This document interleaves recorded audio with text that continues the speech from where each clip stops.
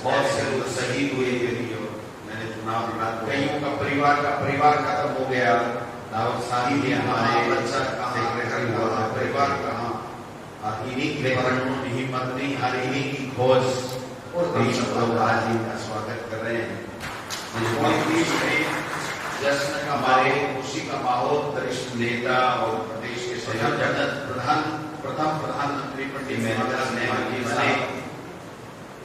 जब देश आजाद हुआ तो यहाँ पर अंग्रेजों का शासन काफी वर्षों रहने के कारण से व्यवस्थाएं कमेटी के बिल्कुल छिन्न भिन्न थी। विशेष रूप से आज किसी तरीके की कोई संसाधन नहीं था। गौरव कैसे देश को आगे बढ़ना है, कैसे विकास करना है, कैसे सुविधा के जुटाना चक्र मिला, यह हमारे लिए चुनौती था। कांग्रेस पार्टी जैसे हमारी प्रधानमंत्री जी उन्होंने बड़ी सोच के साथ में हमारे सबके देशों को आगे से लेकर उनकी आज तक कांग्रेस के नेताओं ने, चाहे पंडित जवाहरलाल नेहरू हो, उनका परिवार, चाहे इंदिरा गांधी जी हो, लाल बहादुर शास्त्री जी हो, कांग्रेस पार्टी जी हो, कार्यकर्ता नेता,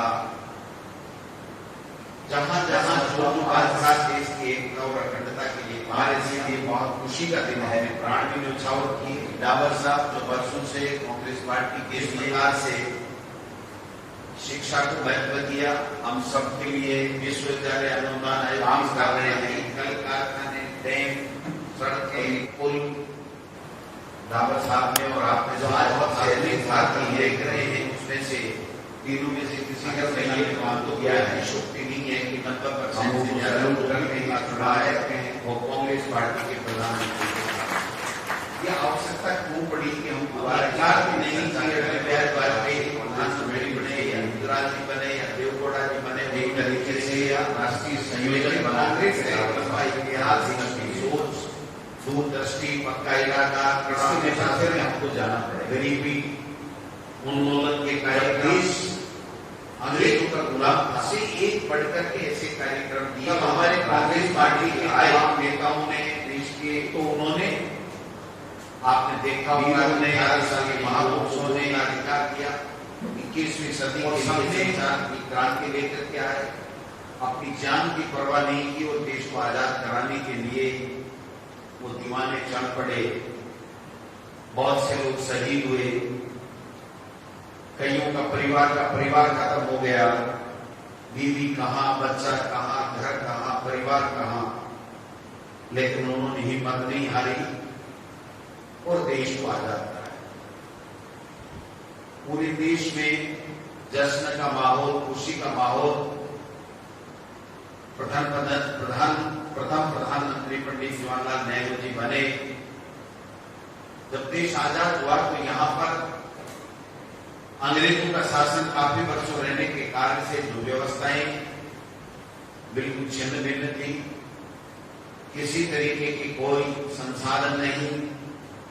कैसे देश को आगे बढ़ना है, कैसे विकास करना है, कैसे सुविधाओं को जुटाना है, यह हमारे लिए चुनौती था। कांग्रेस पार्टी के हमारे प्रधानमंत्री जी, उन्होंने एक बड़ी सोच के साथ में आजादी से लेकर के और आज तक कांग्रेस के नेताओं ने, चाहे वो पंडित जवाहरलाल नेहरू हो, चाहे वो इंदिरा गांधी जी हो, लाल बहादुर शास्त्री जी हो, चाहे राजीव जी हो, जहां जहां जो बल पड़ा देश की एकता और अखंडता के लिए काम किया, अपने प्राण भी न्यौछावर किए। जिस प्रकार से शिक्षा को महत्व दिया, विश्वविद्यालय अनुदान आयोग की स्थापना की, कल कारखाने, डैम, सड़कें, पुल, जो आज आधुनिक भारत हम देख रहे हैं, उसमें से अगर मैं ये कहूं तो कोई अतिशोक्ति नहीं है कि 90% से ज्यादा जो भी विकास हुआ है वो कांग्रेस पार्टी के प्रधानमंत्री के साथ। हम नकार भी नहीं कि अटल बिहारी वाजपेयी जी प्रधानमंत्री बने या इंदिरा जी बने या देवगौड़ा जी बने, उन्होंने कुछ नहीं किया। लेकिन कांग्रेस का एक लंबा इतिहास, लंबी सोच, दूरदृष्टि, पक्का इरादा, कड़ा अनुशासन, गरीबी उन्मूलन के कार्यक्रम, एक से एक बढ़कर के ऐसे कार्यक्रम दिए। और जब राजीव गांधी जी आए तो उन्होंने, आपने देखा होगा कि 18 साल के युवाओं को वोट का अधिकार दिया। 21वीं सदी के लिए संचार की क्रांति लेकर के आए। पहले हरित क्रांति आई, दुग्ध क्रांति आई। हम अमेरिका का वो खाद जैसा चावल था, वो मक्का खाते थे, गेहूं कितना सड़ा जला आता था। किस प्रकार से किसानों में जागृति लाने का काम हुआ और आज अनाज में आत्मनिर्भर बने, बल्कि हम विदेशों में देते हैं। आज तो दुनिया में अगर हिंदुस्तान का नाम हुआ तो उसमें पंडित जवाहरलाल नेहरू, इंदिरा जी, राजीव जी, नरसिम्हा राव जी, तमाम कांग्रेस के नेताओं ने एक बहुत बड़ा उनका लंबा इतिहास और बहुत अच्छी अच्छी योजनाएं, काम, उसके बावजूद भी आज मैं समझता हूं कि जो माहौल पूरे देश में बना, यूपीए बन, आप देखिए कितनी योजनाएं आई। अनिवार्य शिक्षा कानून लागू हुआ, राजीव जी ने आरक्षण दिया, महिलाओं को आरक्षण दिया, पंचायत राज को मजबूत करने का काम किया, सूचना का अधिकार दिया जिससे भ्रष्टाचार कम हो। तमाम वो काम जो आज देश को ऊंचाइयों पे ले जाने का काम विश्व में करते हैं वो कांग्रेस पार्टी के सरकारों के समय हुआ। लेकिन आज का युवा, आज से 7 साल पहले देखिए, ऐसे पिक्चर में जैसे किसी का उदय होता है वैसे उदय हुआ। तो खास आप देश को आगे ले जाने का अगर काम करेंगे तो कोई मोदी जी करेंगे। देश के युवाओं को भ्रमित किया गया कि युवाओं का भारत है, युवाओं के लिए मैं करूंगा। किसानों को भ्रमित किया गया कि किसान को 70 साल बाद में भी वो तरक्की नहीं मिली जो तरक्की मिलनी चाहिए थी। महिलाओं का उत्थान नहीं हुआ, महिलाओं के लिए और बेहतर कैसे प्रबंधन हो, हमारी विदेश नीति कैसी हो, तरह तरह के शब्द बात दिखाए गए। तरह तरह के देश के लोगों के साथ में वादे किए गए, महंगाई कम करने का वादा, बेरोजगार को रोजगार देने का वादा, विदेश नीति ठीक करने का वादा। और ये सारी चीजें करने के बाद में जब देश में आतंकवाद को रोक देंगे, खत्म कर देंगे, फेक करेंसी को खत्म कर देंगे। आप अगर फैरियस पढ़ो तो ऐसे सैकड़ों से ज्यादा ऐसे प्रमुख वादे जो मोदी जी ने प्रधानमंत्री के उम्मीदवार के रूप में उनकी पार्टी ने, एनडीए ने किए,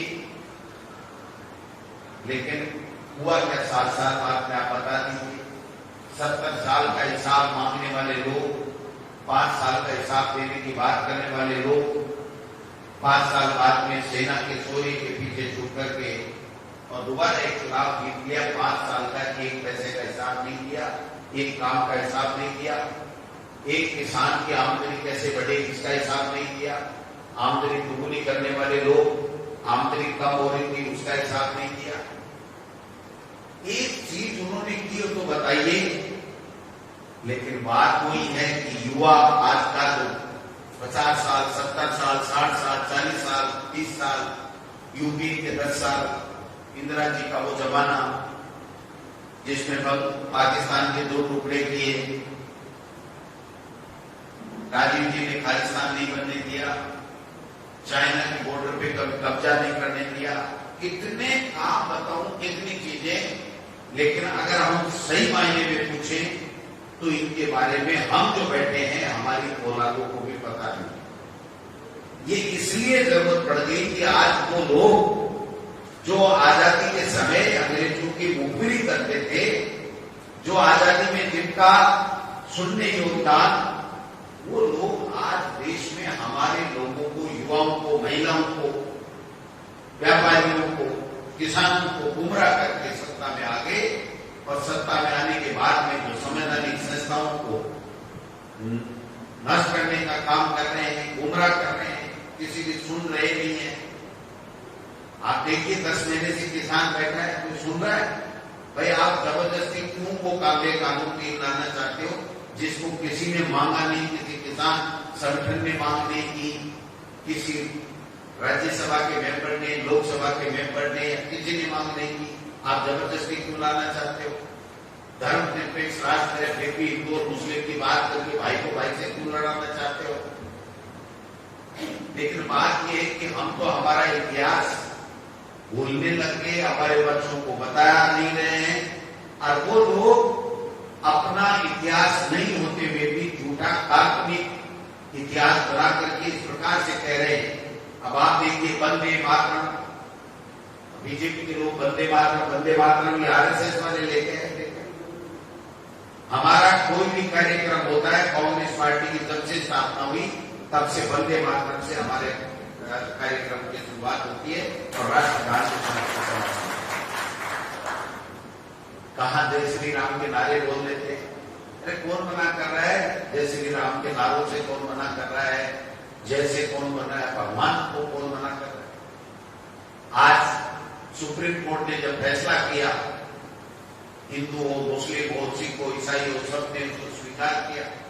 उसकी भी अपनी जीत बता रहे हैं, देखो साहब हम मंदिर बना रहे हैं, तुम तो मंदिर के चंदे में चोरी कर रहे हो, मंदिर कहां बना रहे हो? मंदिर तो इस देश की जनता बना रही है। देश की जनता, जिसमें 130 करोड़ लोग हैं, जो हर धर्म के लोग हैं, वो ये चाहते हैं कि मंदिर बने और उसमें उनका योगदान है। तुम्हारा कौन सा योगदान है? आप तो सेंट्रल विस्टा बना रहे हो जिसमें मोदी जी आराम से रह सकें। लेकिन मुझे जो लग रहा है, जो जनता की बात आ रही है, जो आक्रोश आ रहा है, ये सेंट्रल विस्टा बंद तो जाएगा लेकिन मोदी जी पैर नहीं रख पाएंगे। तो समझना पड़ेगा, लेकिन ये जनता को बताना पड़ेगा। युवाओं का भारत और युवाओं का देश और युवाओं के लिए करूंगा, वोट का अधिकार तो युवाओं को हमने दिया, और उस हमने राजीव जी ने जो वोट को युवाओं का अधिकार दिया, उस वोट के का प्रयोग करते हुए उन्होंने हमारी सत्ता को गवा दिया। वो सत्ता में काबिज हो गए। जिन सैनिकों के लिए डॉक्टर साहब कह रहे थे कि जो उनकी मांग थी 70%, 80% हमने पूरी की, और उसके सोए के पीछे छुप करके दोबारा सत्ता में आ गए और हमारी बातों को लोग भूलने लग गए, याद ही नहीं करते। सही कह रहे थे डॉक्टर साहब कि दादा का नाम याद होगा, परदादा का होगा, लेकिन उसके पीछे जाएंगे तो याद नहीं रहेगा। जब आज से 50 साल पहले जो व्यक्ति इस दुनिया में था, जिसके हम लोग उसके वंश हैं, और उसका नाम याद में नहीं है, तो जो हमारे आजादी के दिमाग में कांग्रेस पार्टी के नेताओं ने जो किया, उसको हमको बताना पड़ेगा, उनको ऑटोमेटिक कैसे याद करना पड़ेगा। ऐसे ऐसे सिस्टम चला दिया, सोशल मीडिया आ गया, व्हाट्सएप आ गया, गूगल आ गई, पता नहीं क्या क्या आ गया, उसमें ऐसी ऐसी बातें चला दी कि जैसे इस देश को आजाद भी मोदी जी ने कराया हो या आरएसएस ने कराया हो। कहां थे आरएसएस? मुखबरी करने का काम कर रहे थे। कहां थे मोदी जी? ये मोदी जी का तो उदय वहां हिंदू और मुस्लिम करके गुजरात में हुआ, और वही गुजरात का मॉडल पूरे देश को बनाना चाहते थे। इस देश की 130 करोड़ बहादुर जनता को सैल्यूट करते हैं कि उन्होंने इसके मंसूबे कामयाब नहीं होने दिए। इस तरह के भाषण लाए, कभी सीए लाए, कभी दूसरे लाए, कभी 3 तलाक, कभी धारा 370, सब कुछ लाए। देश की 130 करोड़ जनता ने कहा इनको सत्ता में बैठाए, जो करना है करने दो, लेकिन आने वाला वक्त हमारा है, हम इनको दिखा देंगे कि आप सब झूठी बातें करते हो। अगर देश के लिए आजादी से लेकर के आज तक किसी ने किया तो वो कांग्रेस पार्टी और कांग्रेस पार्टी के नेता और कार्यकर्ता और हमारे मामले। आप देखिए कौन सा अमृत महोत्सव मना रहे हैं। देश के प्रधानमंत्री जवाहरलाल नेहरू का उस पर नाम नहीं, इंदिरा जी का योगदान नहीं है। अरे यही तो इंदिरा जी थी जिसने पाकिस्तान के 2 टुकड़े कर दिए, 80 लाख सैनिकों को सरेंडर करा दिया। यही तो डॉक्टर साहब बताने के लिए आए, और बताने के लिए इसलिए आए कि हमको गांव गली में, ढाणी में, मोहल्ले में जाकर के हमारे बेटों को, भाइयों को, छोटे बच्चों को बताना पड़ेगा ये क्या, और बताना नहीं पड़ेगा तो ये तो इस पूरे देश को बेच खाएंगे। आज क्या हालत बना रखी है? रेल बेच रहे हैं, तेल बेच ही दिया। कहां अंतर्राष्ट्रीय बाजार में तेल का भाव रुपये में था, कहां आज भाव है? ये ऐसा लाल लाल वाले, पीले पीले वाले कितने पेट्रोल पंप आ गए आप बताइए। कहां हमारी नामी नवरत्न कंपनियां थी, भारत पेट्रोलियम, इंडियन ऑयल, कहाँ गई अब? BSNL, जब टेलीफोन की घंटी बजती थी ना तो पूरा शरीर खुशी से, रोमांच से उठता था। BSNL को खत्म कर दिया इन्होंने। LIC होती तो आदमी कहता था कि मेरे तो LIC कमा रही है, चिंता करने की जरूरत नहीं है, मेरे को कुछ हो गया तो मेरे बच्चों का पालन पोषण LIC कर देगी। उस LIC को खत्म कर रहे, चिटफंड कंपनियां ला रहे, पता नहीं क्या क्या कर रहे हैं। तो ये सब चीजें हमको बतानी